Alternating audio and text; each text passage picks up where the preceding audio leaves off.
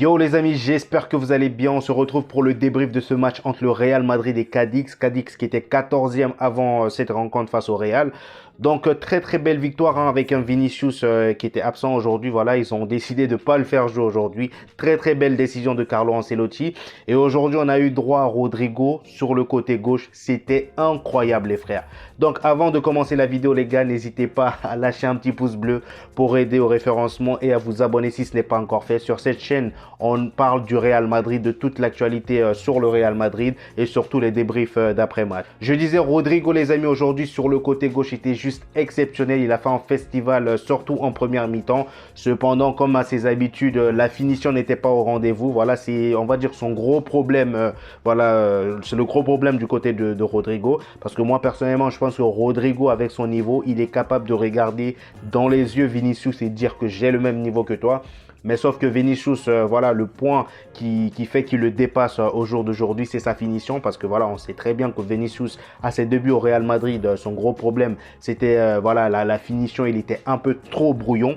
Et j'ai l'impression qu'au jour d'aujourd'hui, Vinicius, il a travaillé toutes ses faiblesses et aujourd'hui, il est au top. Donc c'est ça ce problème qui reste voilà, à régler du côté de Rodrigo. Mais en tout cas, très très belle initiative de Carlo Ancelotti de le faire jouer là. Et voilà, il nous a fait découvrir un Rodrigo sur une autre facette. Vraiment là, on a deux cracks pour le même poste. C'est juste incroyable. Là, on n'aura plus à se plaindre pour ce côté gauche, les frères. Vous vous rendez compte? Et aujourd'hui, on avait Asensio sur le côté droit en tant que titulaire. Alors Asensio, moi les gars, je vous mens pas que ce mec-là m'intrigue. Chaque année, bizarrement, à chaque fois qu'on parle, chaque année, il fait pas grand-chose. Hein. Voilà, de temps en temps, il fait des passes décisives, il marque. Mais à chaque fois que ça parle de sa prolongation ou d'un départ probable, et ben Asensio, je sais pas, il devient monstrueux. Il commence à te lâcher des buts par-ci par-là à chaque fois. Et bizarrement, c'est tout le temps des missiles. C'est tout le temps des beaux buts. Vous vous rendez compte, Asensio, au précédent match face à Chelsea, il t'a marqué, il rentre, il marche. Aujourd'hui, il est titulaire, il sort un tir sorti de nulle part dans la surface. Vous vous rendez compte? Vraiment, Asensio, aujourd'hui, très très beau match voilà, de sa part. D'ailleurs, je pense que pour moi, c'est on va dire l'homme du match. Hein, voilà. Et d'ailleurs, Nacho, aujourd'hui, nous a marqué, l'homme qui n'était même pas attendu. Et comme je vous ai dit, on a eu 1000 occasions dans le match. Et comme par hasard, c'est le mec qui n'est même pas attendu qui vient marquer. Nacho. Le mec, il sort de nulle part, il n'est pas attendu, il te sort en missile. Vous vous rendez compte? Aujourd'hui, Nacho, très très bon match de sa part. Voilà, il n'y a pas grand chose à dire. J'ai surtout envie de parler de Tchouaméni, les gars, parce que moi, c'est lui, en fait, j'arrive plus à savoir qu'est-ce qu'il a besoin réellement pour pouvoir s'épanouir dans ce club. Le mec, il est venu, on avait Casemiro.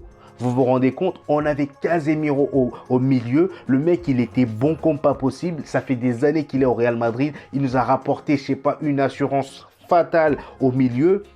On te met à la place de Casemiro. Casemiro fait son départ, voilà, sorti de nulle part pour Manchester United. Et toi, tu floppes. Toi, tu floppes comme ça. Genre, t'as pas pitié de nous. Comment ça se fait qu'au jour d'aujourd'hui... En fait, j'arrive pas à coller avec Tchouaméni. Vous vous rendez compte, les gars? Aujourd'hui, le mec, il a perdu sa place de titulaire. Vous vous rendez compte? Et même pas, j'ai pas l'impression qu'il a encore cette niaque pour reprendre sa place de titulaire. Aujourd'hui, malgré qu'il a fait une passe décisive pour Nacho sur le but de Nacho, aujourd'hui, il faut qu'il bosse techniquement parce que c'est pas trop ça. Autour de lui, j'ai l'impression que dans la prise d'information, dans la récupération de balles, c'est pas trop ça. Contrairement aux autres, Modric, tout ça, même Ceballos aujourd'hui, je l'ai trouvé assez potable techniquement que Tchouaméni. En même temps, c'est pas le même profil, vous allez me dire, mais les gars, quand même. En ce qui concerne la défense aujourd'hui, les gars, comme à leur habitude, hein, pas grand chose à dire. Militao toujours au top. Ce mec-là, je sais même pas s'il y a des matchs où il flop. Je sais pas. Sortez-moi des matchs où il a flop parce que moi, le gars, chaque match qu'il fait, moi, il me fait kiffer personnellement. Il joue simple, pas de prise de tête. Rudiger de plus en plus concentré, voilà, parce qu'à ses débuts, c'était pas trop ça. De plus en plus concentré. Lucas Vazquez en tant que latéral à la place de Camavinga, je crois. Non, de Carvajal. Bref, Lucas Vazquez était aujourd'hui titulaire, donc lui aussi je l'ai trouvé normal, quoi, voilà, c'était pas non plus le feu. Et ensuite de ça, on a eu l'entrée de Monsieur Eden Hazard, l'homme de la préhistoire. Alors lui, déjà toi, à chaque fois que tu joues sur un événement, limite c'est genre on doit activer l'alarme pour le jour où tu joues tellement ça date tu joues pas. C'est ton deuxième match de Liga et toi tu rentres. On dirait que tu étais dans le match depuis 90 minutes. Il est là, il marche. Comment ça se fait? Moi, je veux bien le défendre, les gars. Je veux bien défendre Eden Hazard. Il a droit à beaucoup plus de temps dans le jeu, mais au bout d'un moment, quand on te donne ce temps de jeu, essaye de conclure, essaye de, je sais pas, avoir de la niaque, montrer que tu as envie de jouer, tu as envie de récupérer une place. Parce que lui, il ne montre pas. Encore une fois, là, il a eu 10 minutes voilà, pour un peu s'affirmer. Mais non, il joue normal. Vous vous rendez compte? En tout cas, très très belle victoire pour le Real Madrid qui solidifie encore une fois sa place de deuxième du championnat, hein, parce que le Barça, ils sont déjà partis, il faut leur dire au revoir, on va plus les rattraper, voilà, même s'il y a un miracle de je sais pas quoi. En tout cas, on renforce cette place de deuxième, comme je le disais. Et Cadix, comme je l'ai dit, c'était pas gagné d'avance, hein, parce que les 4 derniers matchs face à Cadix, il y a quand même eu 2 nuls, même s'il y a eu 2 victoires du Real Madrid, mais il y a quand même eu 2 nuls. C'est pour vous dire que ça, c'est vraiment une équipe qui a vraiment beaucoup d'anti-jeux. Ils sont vraiment chiants à jouer. Et aujourd'hui, voilà, ça s'est vu en première mi-temps, hein, on a eu du mal à marquer.